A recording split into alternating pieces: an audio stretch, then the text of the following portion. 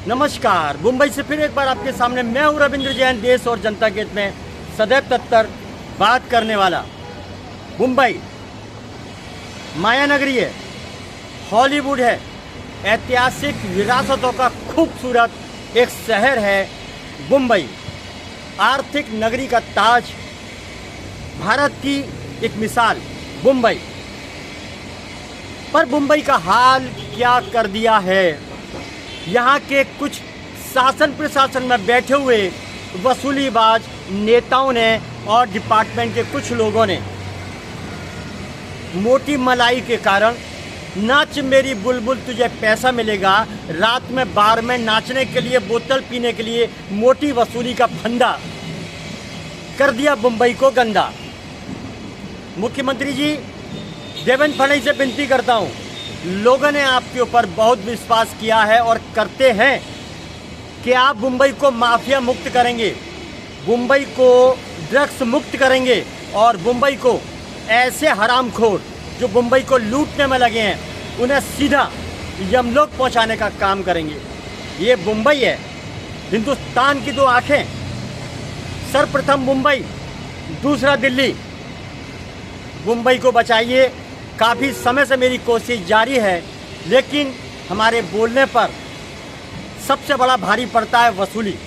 हमारे बोलने की कोई महत्व नहीं, क्योंकि वसूलीबाजों के जो तार हैं, इनका जो मकड़ा जाल है वो आपके मंत्रालय में, आपके मंत्रालय से लेके हर डिपार्टमेंट तक फैला हुआ है। मकड़ा जाल वसूली वालों का मुंबई के हर डिपार्टमेंट में फैला हुआ है। क्यों? वो इसलिए फैला हुआ है कि रात को पीने को बोतल चाहिए, बुलबुल को पैसे लुटाने को चाहिए कि नाच मेरी बुलबुल तुझे पैसा मिलेगा। तो ये हराम का पैसा, वसूली का पैसा जो अवैध कामों से आता है, ड्रग्स के माध्यम से आता है, फुटपाथ पर जो कब्जा करते हैं उनके माध्यम से आता है, गैर कानूनी लोगों से आता है। ऐसे लोगों की जांच कीजिए मुख्यमंत्री जी। और मुंबई हाई कोर्ट से विनती करता हूँ कि आपके आदेशों को तो ऐसे उड़ाया जाता है जैसे गंजा गायब हो गया, गंजे के सिर से बाल गायब हो गए। आपने बोला है कि फुटपाथ खाली करो जो जनता के लिए हैं, बुजुर्ग लोग जा नहीं सकते, हैंडीकैप पे जा नहीं सकते, पूरे फुटपाथों पर कब्जा। छत्रपति शिवाजी महाराज टर्मिनल एक रेलवे स्टेशन है, क्या नाम दिया है? छत्रपति शिवाजी महाराज। नाम तो कितना बड़ा है, लेकिन यहीं के नेता, यहीं के डिपार्टमेंट के लोग, वहाँ पर एक पोस्ट ऑफिस है, हिंदुस्तान का सबसे बड़ा पोस्ट ऑफिस अंग्रेजों के ज़माने का, उसके पूरे फुटपाथों पर फेरी वालों ने कब्जा कर रखा है। वो है बांग्लादेशी, पाकिस्तानी, ऐसे कई सारे माफिया हैं, उनका पूरा कब्जा है। क्यों? ये डरते नहीं है कानून से। क्यों नहीं डरते हैं? जबकि DCP 1 office, zone office DCP 1 ठीक सामने है। तो क्यों नहीं डरते? कोर्ट से क्यों नहीं डरते? अधिकारियों से क्यों नहीं डरते? क्यों नहीं डरते? हम बताते हैं आपको। नाच मेरी बुलबुल की गड्डियाँ बड़ी बड़ी, ये लोग हफ्ताखोर लोग, उन तक ये पैसा पहुंचाते हैं जो रात को बोतल में टन पड़े रहते हैं। इसीलिए फुटपाथ खाली नहीं होते, कोर्ट के आदेश की इसलिए धज्जियां उड़ाई जाती। और मुंबई का नाम खराब हो चुका है और धीरे धीरे और ख़राब होने वाला है कि मुंबई शहर बन चुका है कब्जों का शहर, मुंबई बन चुका है माफियाओं का शहर, मुंबई बन चुका है अवैध पानी टैंकरों के कब्जों का शहर। यहाँ आदमी सुकून से जी नहीं सकता। आम आदमी से टैक्स लिया जाता है, एक एक दुकान की कीमत हजारों करोड़ों रुपए, और फुटपाथ पर बैठा दिए जाते हैं बांग्लादेशी, पाकिस्तानियों को बिना डॉक्यूमेंट्स के।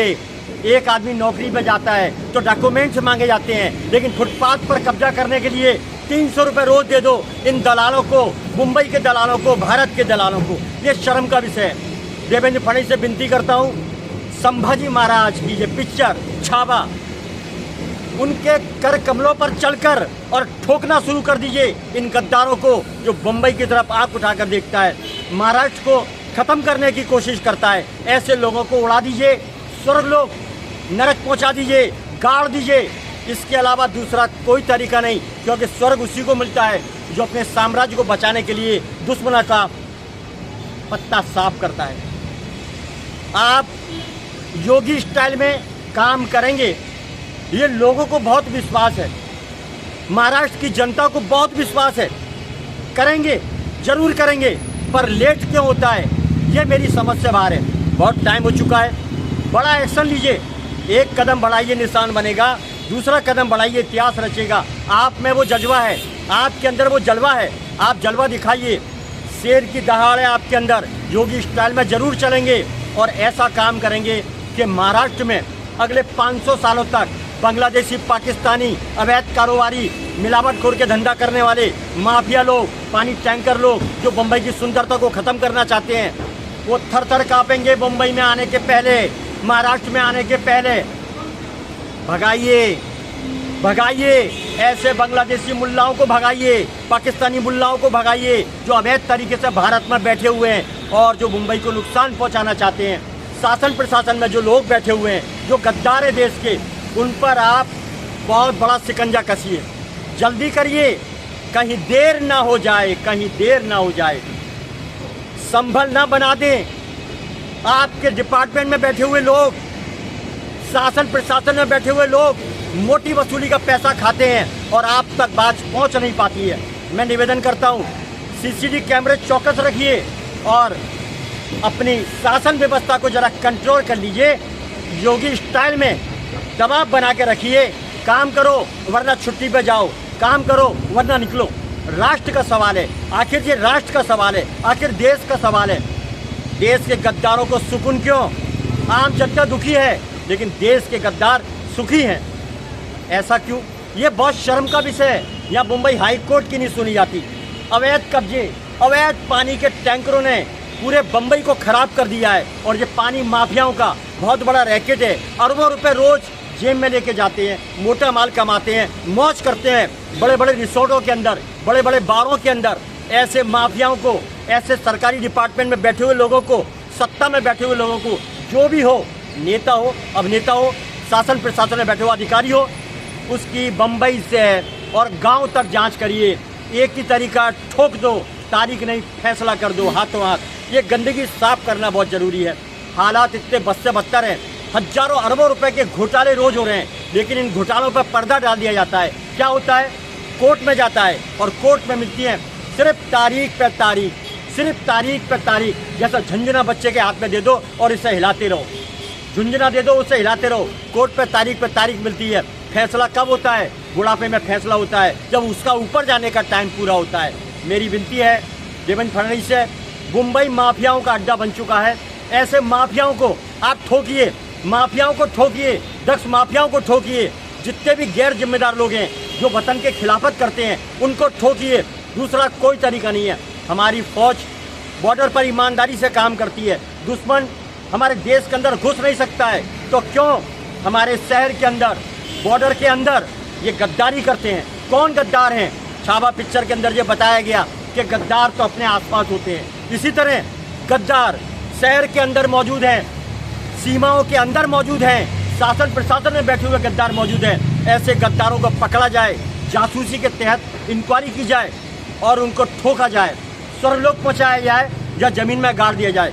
गद्दारों को ज़मीन में गाड़ा जाए। ये भारत है, प्रभुसत्ता का एक देश है, संस्कृति का देश है और सम्मानित देश है, ऐतिहासिक देश है, संतों का देश है। फिर क्या वजह है यहाँ पर ड्रग्स माफिया, पानी माफिया, गैर कानूनी रूप से पोस्टर वाले माफिया, हजारों प्रकार के माफिया ये बम्बई में पैदा हो रहे हैं। भीड़ भारत से बुलाई जा रही है और उनके ना आधार कार्ड है, ना पैन कार्ड है, ना राशन कार्ड है। अगर है तो वो सब झूठे हैं। तो ऐसे लोगों को पकड़ो। राशन कार्ड जिसने झूठा बनाया उसे भी गोली मारो और जिसने बनवाया उसे भी फांसी पे लगाओ। बहुत ज़रूरी है सख्ती से कानून लागू होना। देखिए, पुराने राजाओं के समय में एक कानून था, गलत करता है फांसी पे लटका दो, गलत करता है काट दो। आज क्या हुआ? आज इतना बड़ा मुंबई में आम लोगों की भीड़ कम, लेकिन बाहर से जो लोग आ रहे हैं, जिन्हें वसूलीबाज पैसे ले लेके एंट्री करा रहे हैं। पूरे फुटपाथों पर कब्जा, गली गली में कब्जा, पूरे बम्बई को घेरने का प्लान, संबल बनाने का काम कर रखा है। चौकस हो जाइए देवेंद्र फडणवीस जी, मैं विनती करता हूँ हाथ जोड़ के। बस बार बार बोलता हूँ, जागृति पैदा करने का काम करता हूँ, जगाने का काम करता हूँ, क्योंकि अगर 10 गद्दार हैं तो एक देशभक्त भी मौजूद होगा भारत के अंदर।